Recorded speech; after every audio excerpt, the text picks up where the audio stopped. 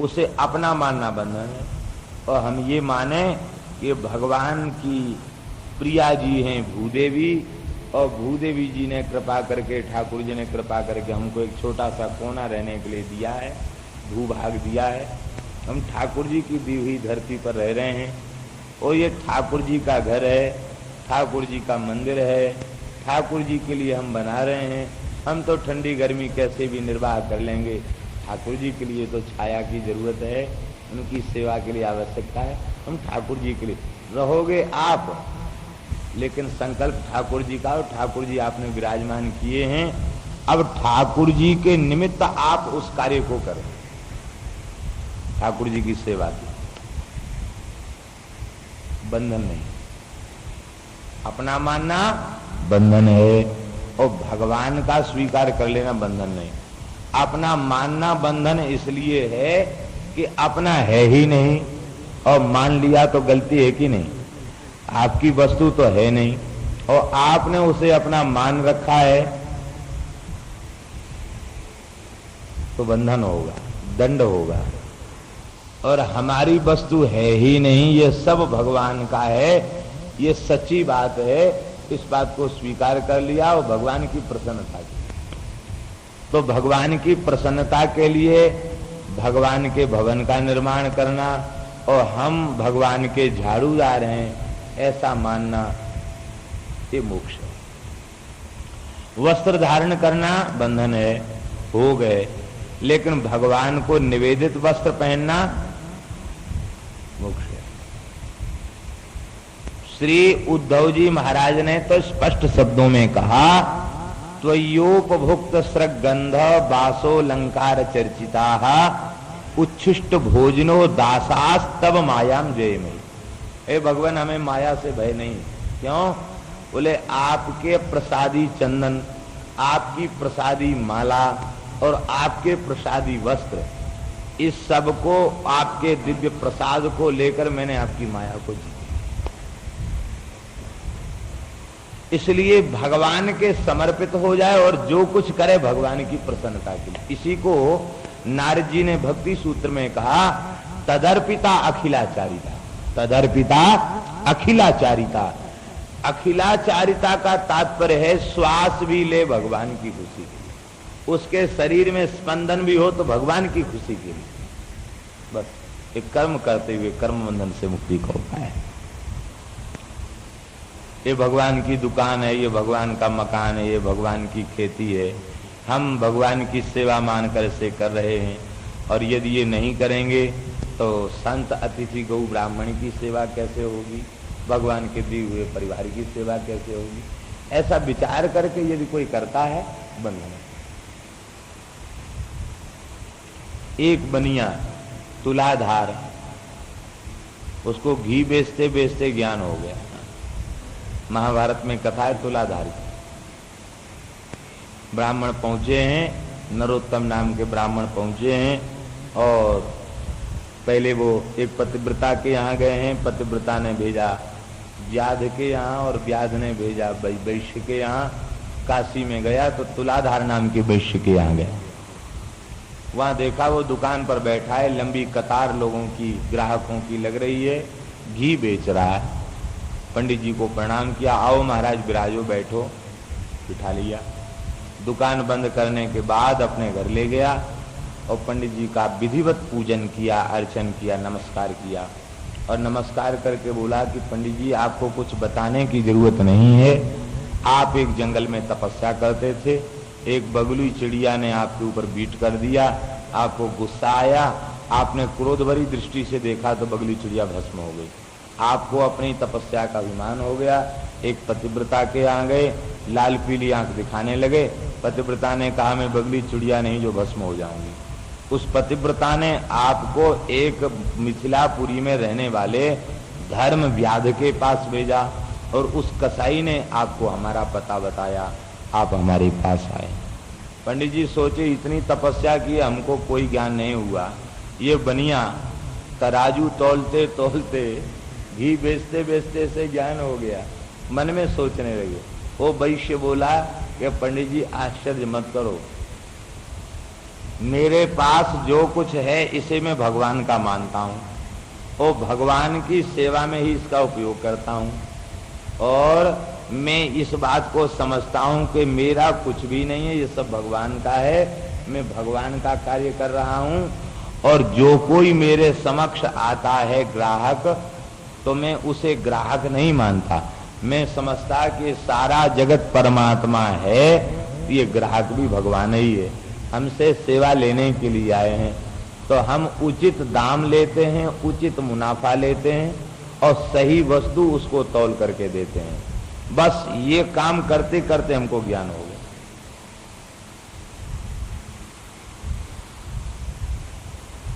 ये काम करते करते हमको ज्ञान हो गया। श्री वृंदावन बिहारी ला। आपकी दुकान है तो घाटा किसे होगा? आपको। मुनाफा होगा तो किसे होगा? आपको। और भगवान की दुकान है, आप उसके नौकर हैं, तो घाटा किसे होगा? भगवान को। मुनाफा होगा तो भगवान को। आप दुकान पर नौकर रखते हैं तो आपके कोई लाभ हो जाता तो नौकर को बेचारे को क्या मतलब, उसे लाभ हो गया तो मालिक का हुआ, और घाटा हो गया तो किसका होता है? मालिक का होता है, नौकर को उससे कोई प्रयोजन नहीं। तो जब सब कुछ भगवान का हम मानेंगे तो अनुकूल प्रतिकूल परिस्थिति में हमें अनुकूल परिस्थिति में ना हमें लाभ की बात समझ में आएगी और प्रतिकूल परिस्थिति में हमें हानि भी नहीं दिखाई पड़ेगी, दोनों स्थितियां सम हो जाएंगी। यही कर्म के बंधन से छूटने का सरलतम उपाय है, भगवत समर्पित वृत्ति से कार्य करना और कर्म करके भगवान को उसका समर्पण कर देना। कल एक सज्जन पूछ रहे थे कि जब सब कुछ, तो फिर पाप का फल मनुष्य को क्यों भोगना पड़ता है? पाप का फल मनुष्य को क्यों भोगना पड़ता है? जब भगवान ने किया तो भगवान ही भोगे, हम क्यों भोगें? ये प्रश्न पूछ रहे थे, समय नहीं था इसलिए हमने उसका समाधान नहीं किया। देखिए, भगवान कर्म करने की शक्ति जीव को प्रदान करते हैं।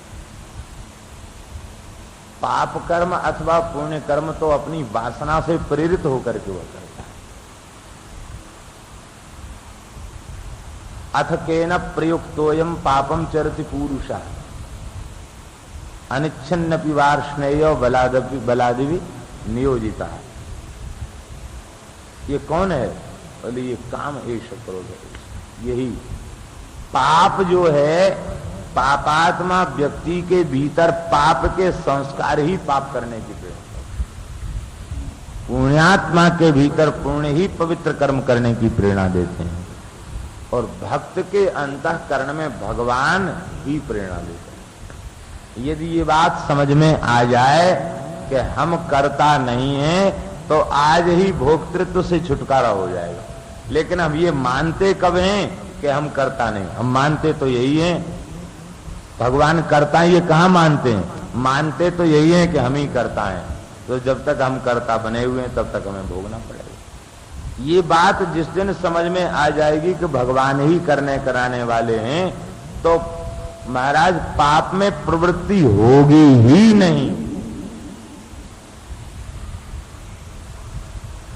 भगवान केवल जीव को कर्म करने की शक्ति देते हैं, कर्म करने में जीव स्वतंत्र है।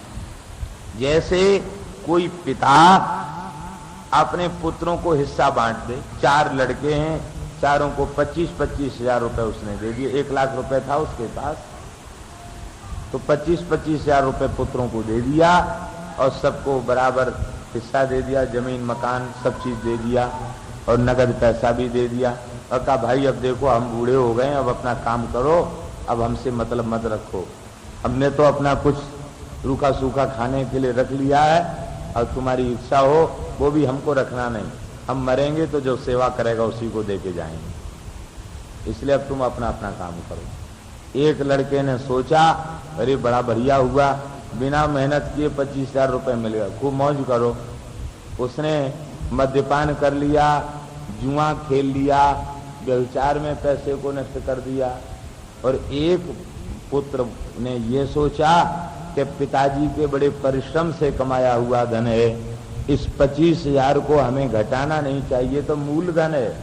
अब इसके हम बढ़ा करके, और देखो पिताजी के पास कुछ भी पूंजी नहीं थी। पिताजी सुनाया करते कि 30-40 रुपया हमारे पास था, वो हमने पूंजी बढ़ाकर इतनी पूंजी कर दी कि 25,000 रुपये दे दिया। तो हम उसी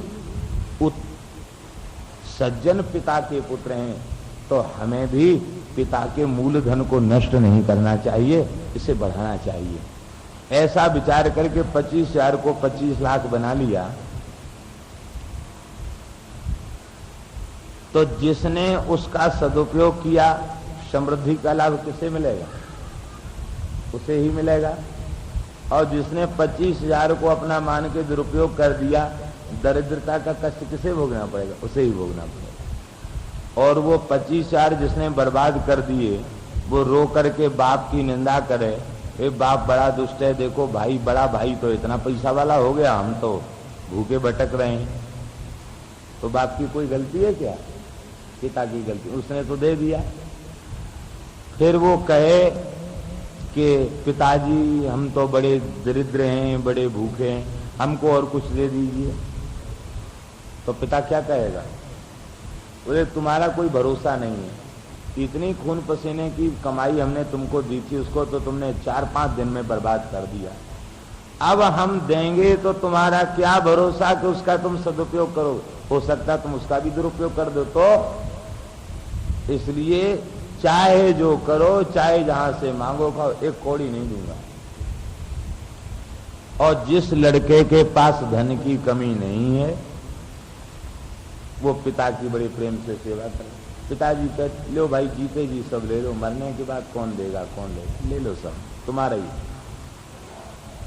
बस यही बात है कि भगवान ने प्रत्येक जीव को बराबर शक्ति, सबको इंद्रियां दी हैं, सबको मन बुद्धि चित्त दिया है, सबको कर्म करने की समान शक्ति भगवान ने प्रदान की है।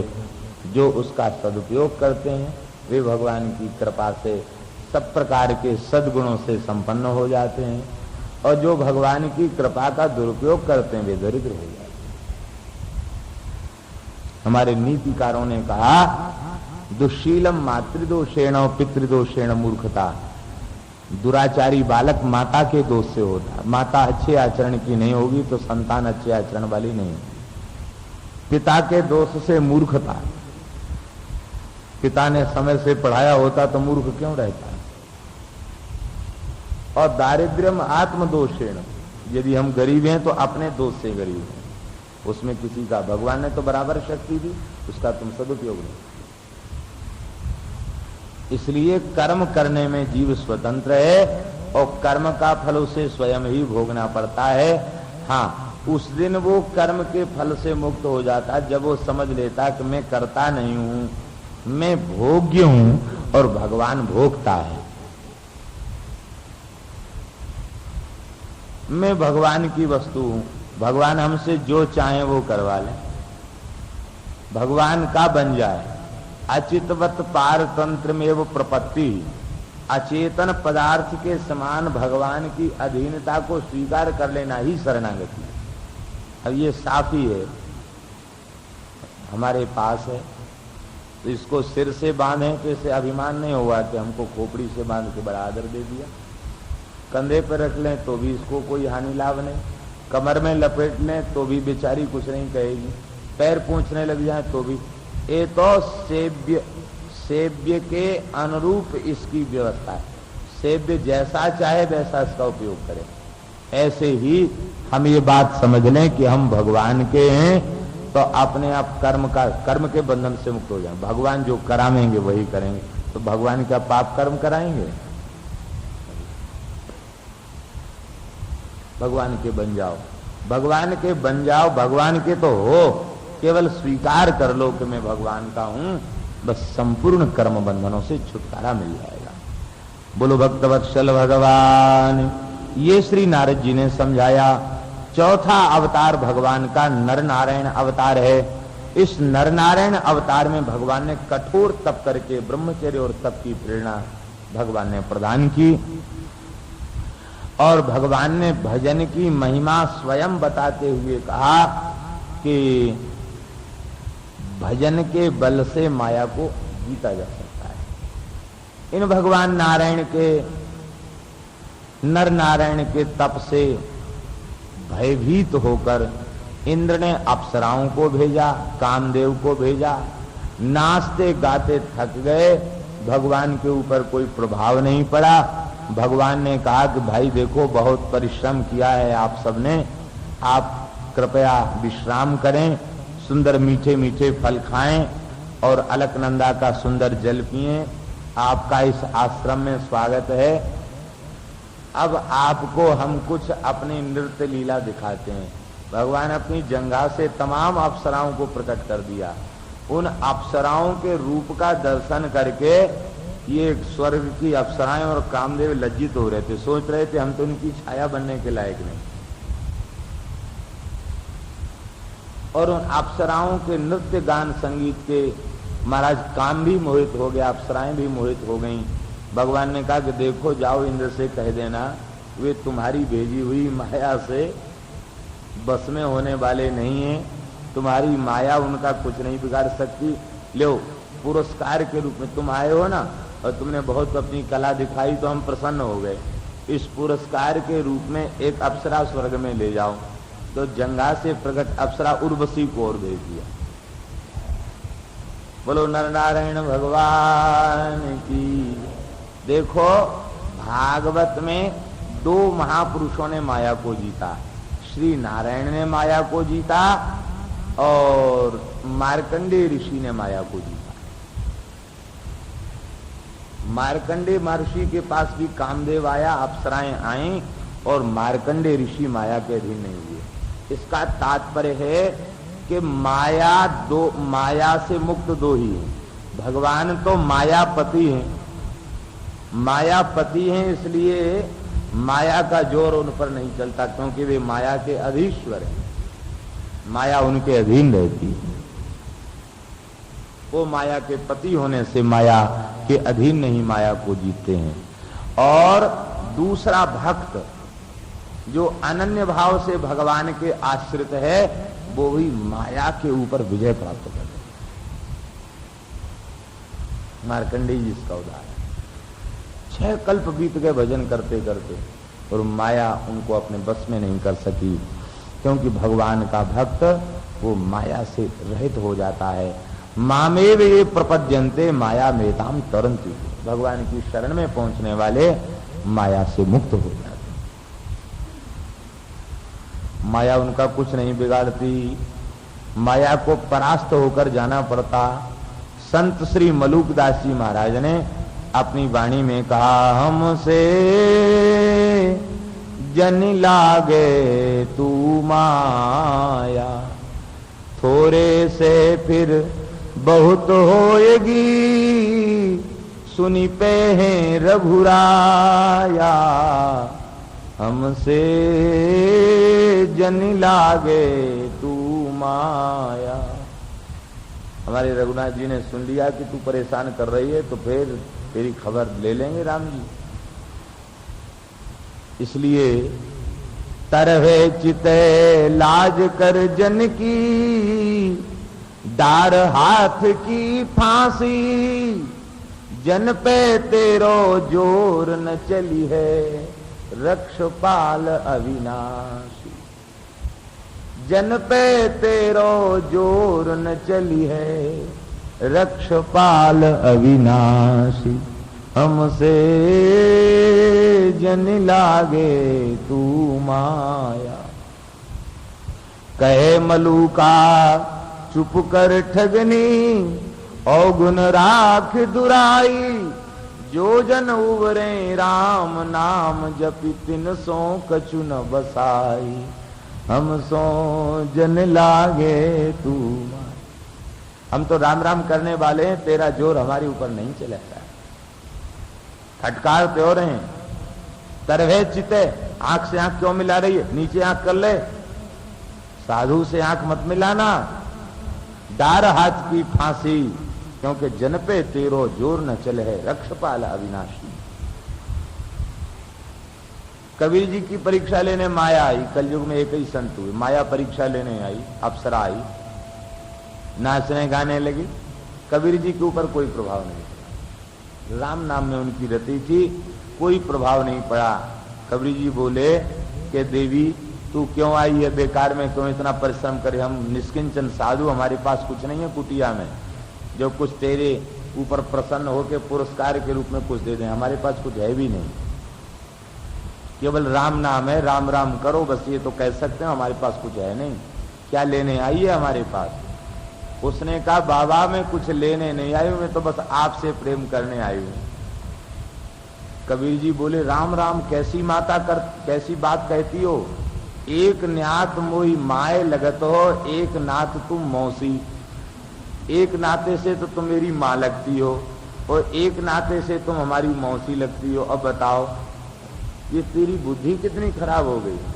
अप्सरा बोली कि ये दो संबंध कैसे जोड़ रहे हो महाराज, मैं माँ कैसे लगती और मौसी। बोले साधु जितने संसार के हैं वे नारी मात्र में माँ का दर्शन करते हैं, इस नाते से तो तू मेरी माँ लगती है, और मेरी माता जगन माता जो लक्ष्मी है वो लक्ष्मी भी समुद्र से उत्पन्न भई है और अप्सरा भी समुद्र से उत्पन्न भई है, तो अब तू लक्ष्मी की बहन है तो क्या हुई, मैया की बहन मौसी होती कि नहीं, तो मेरी मैया की तू बहन है इसलिए तू मेरी मौसी लगती है। उस अप्सरा ने कहा कि बाबा कबीर साहब ने मैं माँ हूं न मौसी हूं, मैं अप्सरा हूं, पुण्य करके लोग उसको भोग करते हैं और तुम तो बड़े भजनानंदी हो, बड़े पुण्यात्मा हो। जब ज्यादा परेशान उसने किया तो कबीर जी गुस्सा गए, बोले स्वर्ग लोक काऊ टोट परो है, मोते जूझन आई, लगता है स्वर्ग लोक में पुरुषों की कमी पड़ गई, जो बेचारे गरीब साधु को तू परेशान करने। देवी हाथ जोड़ते हैं, जा अपने मेरे ऊपर तेरी दाल गलने वाली अप्सरा प्रणाम करी। वो अप्सरा नहीं थी, वो साक्षात माया थी। कबीर जी के सामने नतमस्तक होकर माया चली गई। तो नतमस्तक होकर माया चली गई है तो भगवान चतुर्भुज रूप में प्रकट हुए, बोले कबीर तुम जैसे संत माया से मुक्त हैं। कबीर जी ने एक पद में कहा रमैया की दुल्हन लूटल बाजार, रमैया की दुल्हन ने सारा बाजार लूट लिया, ये माया ने सारे भरे बाजार को लूट लिया। बहुत लोगों के नाम गिनाए, इसको लूटा उसको लूटा सबको लूटा। बोले इतने सबको तुम लूटते बता रहे हो, तुम बच गए? बोले हाँ हम तो बच गए। कबीरा बच गया साहिब दया से, कबीर बच गया साहिब की दया से। क्या कहते, शब्द डोर गही उतरा पार, रमैया की दुल्हन लूटल बाजार। शब्द डोर, जो शब्द दिया ना गुरु महाराज ने, राम नाम शब्द, बस उसकी डोर पकड़ के हम पार उतर गए। अपने पुरुषार्थ से नहीं, नाम के सहारे से हम माया से पार उतर गए, शरणागति के सहारे से माया से पार उतर गए। कहने का तात्पर्य है कि भगवान मायापति हैं, इसलिए माया का प्रभाव उनके ऊपर नहीं होता। और भक्त मायापति तो नहीं है, लेकिन मायापति के चरण कमलों का अनन्य भाव से आश्रित दास है, इसलिए माया की उसके ऊपर दाल नहीं गलती। ये बात, बोलो भक्तवत्सल भगवान की जय। तो भगवान के ऊपर माया का प्रभाव नहीं हुआ, इंद्र नतमस्तक हो गया। नरनारायण अवतार में भगवान ने एक लीला और बड़ी विलक्षण की। ये लीला भगवान की है सहस्त्र कवची दैत्य के संहार की लीला। एक दैत्य, इसने सूर्य भगवान की उपासना करके वर मांगा कि मैं अजर अमर हो जाऊं। सूर्य बोले अजर अमर नहीं बना सकते और कोई वरदान मांग लो। महाराज तो वरदान देना चाहते हो तो यही वरदान दो कि हमारे शरीर पर 1000 कवच हो जाएं और वे अभेद्य हों। कथनचित कोई उन कवचों को तोड़ना चाहे तो 1000 वर्ष तक लगातार युद्ध करे, तब एक कवच टूटे और कवच के टूटते ही तोड़ने वाले की मृत्यु हो जाए। बड़ी दिमाग, बहुत दिमाग लगाया, बड़ी बुद्धि लगाई, बड़ा विचित्र वरदान मांगा, कवच तोड़ने वाले की मृत्यु हो जाए।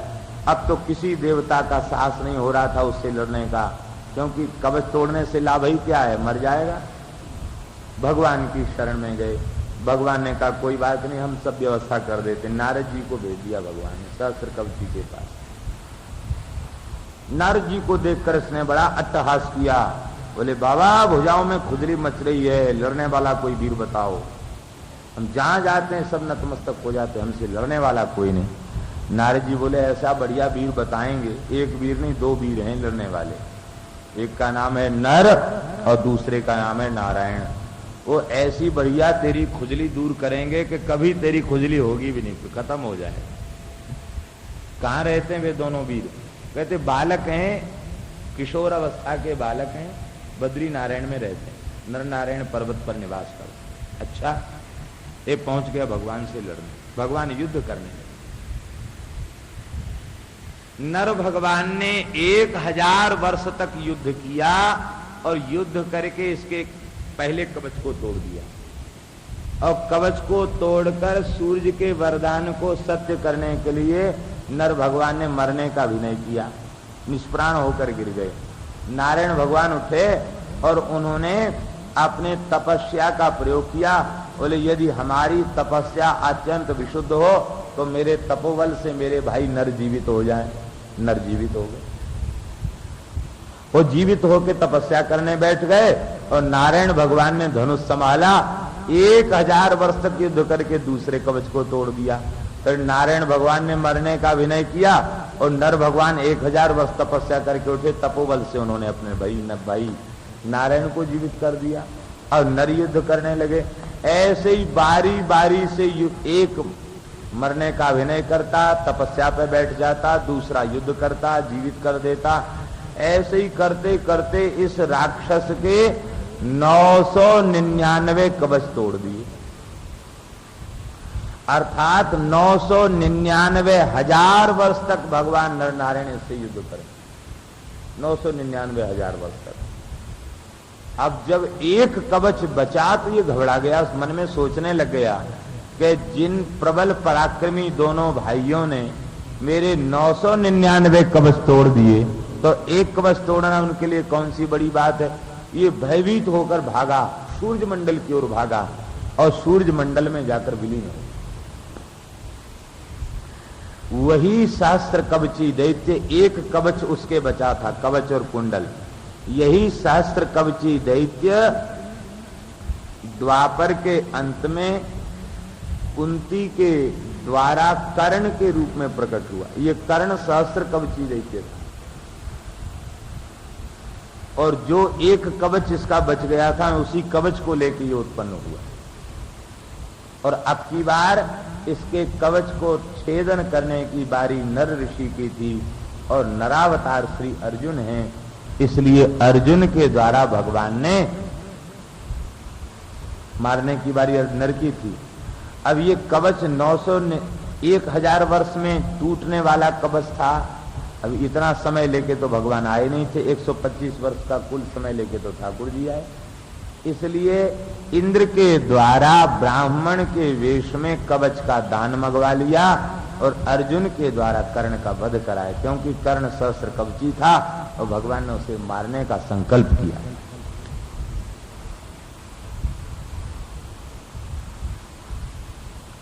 ये भगवान नर नारायण की विलक्षण लीला है। बोलो नर नारायण भगवान की। सहस्त्र कवची दैत्य के संकट से मुक्त किया। हमारे पुराणों में प्रमाण मिलता है कि जो नर नारायण भगवान का श्रद्धा पूर्वक जाकर दर्शन करता है उसे भगवान की तपस्या में छठा अंश प्राप्त हो जाता है। छठा अंश, छठा हिस्सा। भगवान कितने दयालु हैं, सोचते बेचारे संसार के जीव तो भजन कर नहीं पाते, चलो इनके बदले हम ही तपस्या कर लें, ये कष्ट सहन करके आकर मेरा दर्शन करेंगे, उसी से इनका कल्याण हो जाएगा। बोलो बद्री नारायण भगवान की। भगवान का चौथा अवतार, 5वां अवतार कपिलावतार हुआ, जिसकी चर्चा आप तृतीय स्कंध में श्रवण करेंगे। भगवान का छठा अवतार दत्तात्रेय के रूप में हुआ, इस अवतार में भगवान ने अनुसुईया के गर्भ से दत्तात्रेय के रूप में जन्म ग्रहण किया और अन्वेक्ष की विद्या अलर्क को दी। प्रहलाद, अलर्क आदि साधकों को आपने भागवत धर्म का उपदेश दिया। बोलो श्री दत्तात्रेय भगवान की। दत्तात्रेय के भी बड़े बड़े विलक्षण चरित्र पुराणों में प्राप्त होते हैं। दत्तात्रेय का अनन्य उपासक था है वंशी सहस्राबाहु अर्जुन। इस अर्जुन को दत्तात्रेय भगवान ने वरदान दिया था कि संपूर्ण योगियों की, लोकपालों की सामर्थ्य तुझे प्राप्त हो जाएगी और तू सबके ऊपर तेरा अधिकार होगा, सब में व्याप्त होने का अधिकार होगा, तुझे 1000 भुजाएं प्राप्त हो जाएंगी। और एक और विलक्षण वरदान दिया था, बोले जो तेरा नाम स्मरण करेगा उसकी नष्ट वस्तु पुनः प्राप्त हो जाएगी, खोई हुई वस्तु प्राप्त हो जाएगी।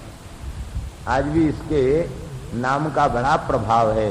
कोई वस्तु गुम गई हो, खो गई हो, कोई व्यक्ति चला गया हो, तो बस उसका मंत्र है कार्तवीर्यार्जुनो नाम राजा बाहु सहस्रवान तस्य स्मरण मात्रेण गतम नष्टम च लभ्यते। कह करके जब करो तो महाराज वो लौट करके, भटका हुआ व्यक्ति लौट के फिर से आ जाता। आज भी इसका चमत्कार है। सहस्राबाहु को ये वरदान प्राप्त है। इसीलिए प्रातः स्मरण के श्लोकों में ये श्लोक है कि नष्ट हुई विद्या, नष्ट हुआ ज्ञान हमें पुनः से स्मरण आ जाए।